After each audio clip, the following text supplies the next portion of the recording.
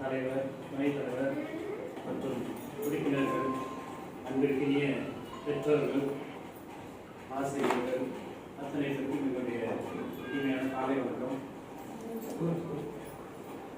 அதாவது இன்னைக்கு நம்ம எல்லாரும் ஒரு இடத்துல ஒருங்கிணைச்சிருக்கிறோம் அப்படின்னாச்சுன்னா இதுக்கு ஒரு முக்கியமான காரணம், இதுக்கு ஒரு நோக்கம். ஒரு மீட்டிங் நடக்குது அப்படின்னாச்சுன்னா சும்மா யாரும் கூப்பிட மாட்டாங்க. அதற்குண்டான ஒரு நோக்கம் இருக்கும், அதற்குண்டான ஒரு எய்ம் இருக்கும். அந்த வகையில் தான் நம்ம இன்றைக்கி எல்லாரும் ஒரு ஆசிரியர், பெற்றோர்கள் எல்லாரும் கூடியிருக்கோம் அப்படின்னாச்சுன்னா இதுக்கு ஒரு நோக்கம் இருக்கு. என்ன நோக்கம் அப்படின்னாச்சுன்னா இன்னைக்கு ஒரு முக்கியமான நாள். ஏன் அப்படின்னாச்சுன்னா இந்த பள்ளி மேலாண்மை குழு அப்படின்னா தெரியலையா, எஸ்என்சி ஷார்ட்டாக நம்ம என்ன சொல்கிறோம், எஸ்என்சின்னு சொல்கிறோம், ஸ்கூல் மேனேஜ்மெண்ட் கமிட்டி.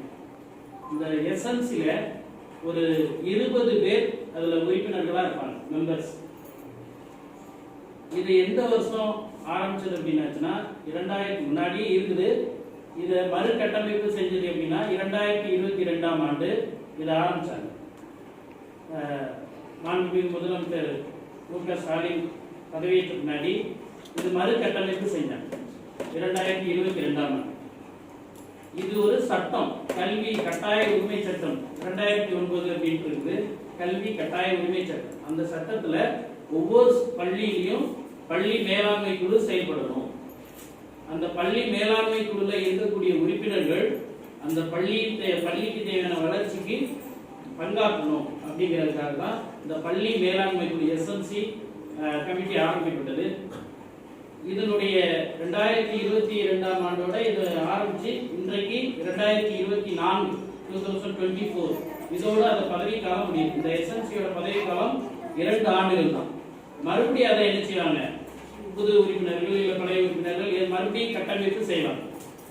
அதற்காக தான் அந்த அறிமுக கூட்டம். இப்படி ஒரு இந்த பதவி காலம் முடியுது, அடுத்த ஒரு எஸ்என்சி மறுபடியும் நாம ரெனியூவல் பண்ண போறோம் அப்படிங்கிறதுக்காக ஒரு அறிமுக கூட்டம். ஏன்னா எல்லாருடைய பெற்றோர்களுக்கு தெரியும் இந்த பள்ளிக்கூடத்துல இந்த பள்ளி மேலாண்மை குழு உறுப்பினர்களுக்கு யார் தலைவர், யார் துணைத் தலைவர், யார் உறுப்பினர்களா இருக்கிறாங்க அப்படிங்கிறது எல்லா பெற்றோர்களுக்கும் தெரியும். இது உங்களுடைய சம்மதத்தோடு நடக்கணும். அதுக்காக சரிங்களா, அதற்காக தான் இந்த அறிமுக கூட்டம்.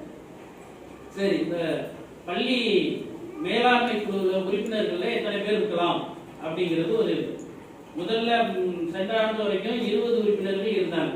அதாவது யார் யாருன்னா அந்த பள்ளியோட தலைமை ஆசிரியர், ஹெட் மாஸ்டர் ஒருத்தர் இருப்பாங்க, அந்த பள்ளியோட டீச்சர் உதவி ஆசிரியர் ஒருத்தர் இருப்பாங்க, 2 பேர் ஆச்சு.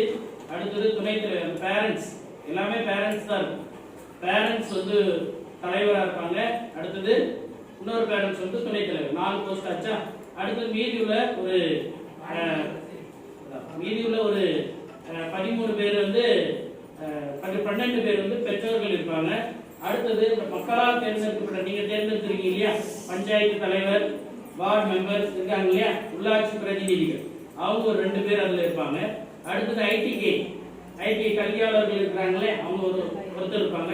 மொத்தம் 20 பேர் அதுல அந்த குழுவில் இருப்பாங்க. இந்த வருஷம் புதுசா மறுபடியும் 4 ஆட் பண்ணியிருக்கிறாங்க, 24 ஆட் பண்ணியிருக்கிறாங்க. அதுல 4 பேர் யார் அப்படின்னாச்சுன்னா முன்னாள் மாணவர்கள், இந்த பள்ளிக்கூடத்தில் படித்த முன்னாள் மாணவர்களாக இருக்கலாம், அல்லது முன்னாள் மாணவர்களே பெற்றோர்களா இருக்கலாம். அந்த வகையில ஒரு 4 பேர் ஆட் பண்ணிருக்காங்க. 24 பேர் இந்த குழுல 24 பேர் இருக்கணும். அது நம்ம அடுத்தது எப்போ நம்ம தேர்ந்தெடுக்கணும் அப்படின்னு சொல்லுவாங்க. இதுக்கு முன்னாடி ஆயத்த கூட்டம் யார் யாரெல்லாம்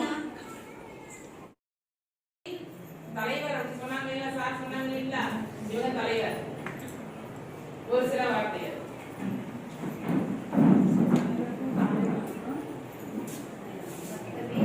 சொல்லுங்க என்ன பண்ணீங்க 2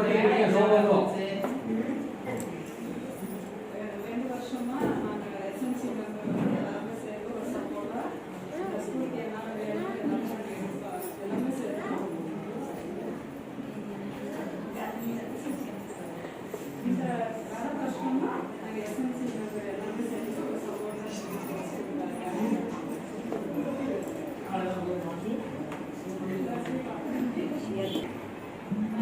பார்க்க போனீங்கன்னா ஸ்கூல் பயங்கரமான ஸ்கூல்.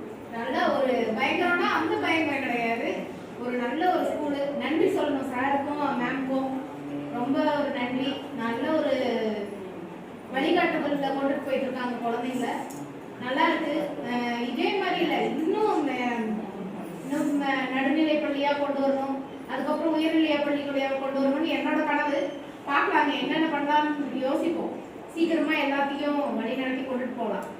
நன்றி. ஸ்கூல்ல வந்து என் பசங்க பெரிய பையன் வந்து 2 இயர்ஸ் படித்தான், சின்ன பையன் வந்து 3 இயர்ஸ் படித்தான். படிப்புன்னு பார்த்துக்கிட்டிங்கன்னா ரொம்ப நல்லா பண்ணி கொடுத்தாங்க. சார் வந்து ப்ரைவேட் ஸ்கூலில் சேர்த்துருந்தப்போ ரீடிங் எல்லாம் ரொம்ப ஸ்ட்ரகிளாக இருந்தாங்க.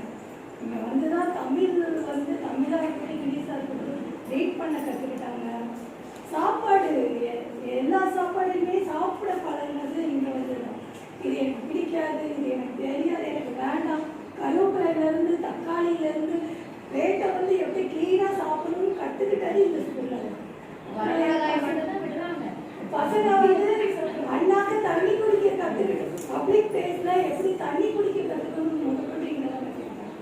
நான் வந்து சாப்பிட்றதெல்லாம் நிறைய செக் பண்ணியிருக்கேன். அவ்வளோ க்ளீனாக இருக்கும், நல்லா சாப்பிடுவாங்க பிள்ளைங்க. எங்கே போனாலும் சர்வே வாங்குறதுக்கு உண்டான பேசிக் அந்த ஸ்கூல் நல்லா கற்றுக்கிட்டாங்க. வீட்டில் என்னதான் இருந்தாலும் அவங்க முக்கால்வாசி கற்றுக்கிறது வந்து ஸ்கூலில் தான். பேரண்ட்ஸ்னால் போங்கம்மா வாங்கம்மா அப்படின்ட்டு போயிடுவாங்க. நம்ம சொல்லி கொடுக்குறதுல லேர்ன் பண்ண மாட்டாங்க. இங்கே வந்து சின்ன சின்ன விஷயங்கள் நடக்கிறது, ஓடுறது. என் பையன் ஓடிக்கிட்டே இருப்பா, நடக்கவே தெரியும். இப்போதான் என் பையன் 6th படிக்கிறான், நடக்கிறான். ஸ்கூல் பேர் வந்து எல்லாம் நடக்கிறான், ஓடிக்கிட்டே தான் இருப்பான். சொல்லுவாங்க டீச்சர் நடக்கவே மாட்டேங்கிறோம், நடந்து போகணும்னு சொல்லிட்டு அதெல்லாம் சின்ன சின்ன விஷயங்கள்லாம் இங்கேருந்து தான் கற்றுக்கிட்டாங்க. ரொம்ப சப்போர்ட்டிவாக இருந்தது. நீங்கள் சேர்த்தது வெளியில் போய் அதை எப்படி சர்வே வாங்கணுன்றதை நல்லாவே கற்றுக்கிட்டாங்க. படிப்பு ஒரு பக்கம் இருந்தாலும் லைஃப் தேவையானது வந்து மற்றவங்களோட சர்வே வாங்கிக்கிறாங்க. அதை இந்த ஸ்கூலில் எனக்கு பொறுத்த வரைக்கும் ரொம்ப நல்லா கற்றுக்கிட்டாங்க. ரீடிங்கே இங்கே வந்து தான்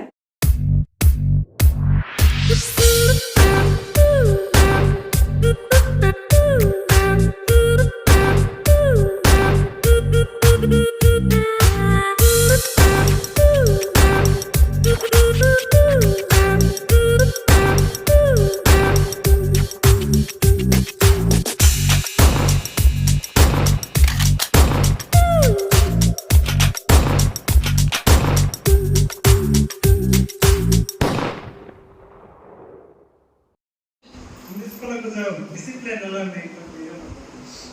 நான் அதனால தான் இங்கே படித்ததுனால நான் படித்தேன். இப்போ எங்கள் அண்ணா பொண்ணு படிக்குது. அந்த நெக்ஸ்ட் எங்கள் அண்ணா பையன், எங்கள் வீட்டில் எத்தனை பேர் இருக்காங்களோ எல்லாரும் இங்கே தான் படிக்கிறது. என் தங்கச்சி இங்கே தான் படித்தான். ஏன்னா டீச்சிங்கு ஸ்கில்ஸு பசங்க ஒபீடியன்ட் எல்லாம் நல்லா இருக்குது.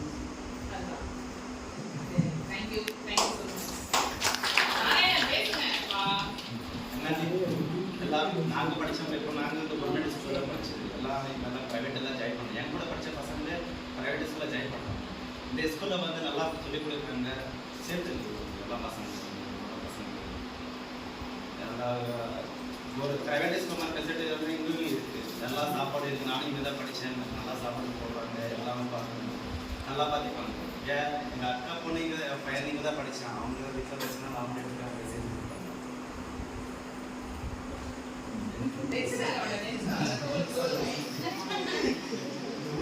அதே மாதிரி நான் சொல்றது பொண்ணுங்களும் படிக்க வைக்கணும். ஃபர்ஸ்ட் பொண்ணுங்க படிக்க வைக்கணும். ஏன்னா நிறைய பேர் +1 +2 படிச்சு விட்டுருவாங்க, கல்யாணம் பண்ணி விட்டுருவாங்க. அது மாதிரிலாம் பண்ணாதீங்க. பொண்ணுங்களை படிக்க வைக்கணும் ஃபர்ஸ்ட். ஏன்னா நாளைக்கு வராம கரெக்டாக இருப்பாங்கன்னு சொல்ல முடியும். ஃபர்ஸ்ட் பொண்ணுங்களை படிக்க வைக்கணும். பசங்க பாதிப்பாங்க, அவங்களோட பொண்ணு இல்லை. பொண்ணுங்க தான் ஃபர்ஸ்ட் படிக்க வைக்கணும்.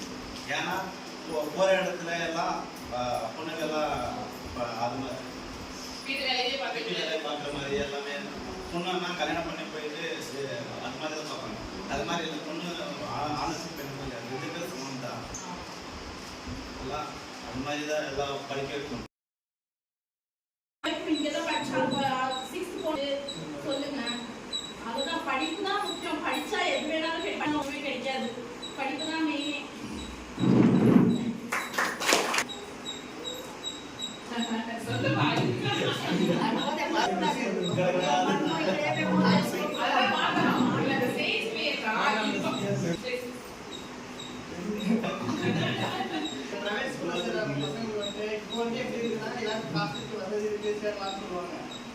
நாங்க சின்னப்பா இருக்கும்போது முதல் படிக்கிறது ஊர்ல படித்த பசங்களே நாங்க தான். இதுக்கு முன்னாடி பசங்களுக்கு யாருக்கும் தெரியாது எப்படி படிக்கணும், என்ன படிக்கணும், ஏது படிக்கணும்னு. இப்பதான் நாங்க இந்த ஊர்லயே முதல் ஜெனரேஷனா டிகிரி வரைக்கும் படிச்சிருக்கோம்னா அது நாங்க மட்டும்தான். அது முட்டா காரணம் நீங்க தான். சரி, ஓகே, நான் வழி நடத்துனா நீங்க முன்னே அப்படியே கை பிடிச்சிட்டு வந்துட்டீங்க. அவ்வளவுதான். இந்த ஊர்ல ஸ்கூல் ஆகணும் முக்கிய காரணம் நீங்க தான். நீங்க இல்லைன்னா தெரியாது.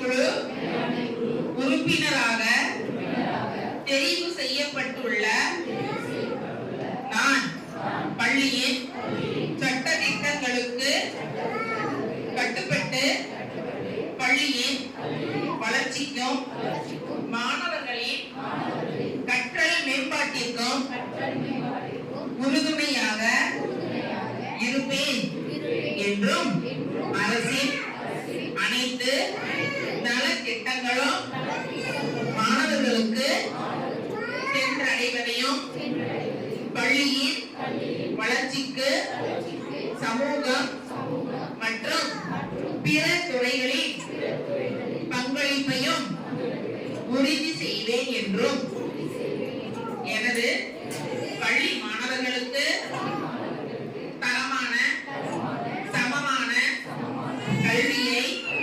உறுதிப்படுத்துவேன் என்றும் கல்வி கற்க உகந்த மகிழ்ச்சியான பள்ளி சூழலை உருவாக்குவதற்கு ஏற்ற பள்ளி மேம்பாட்டு திட்டத்தை உருவாக்கி பள்ளியின் வளர்ச்சிக்கு உறுதுணையாக இருப்பேன் என்றும் உளமாற உறுதியளிக்கிறேன்.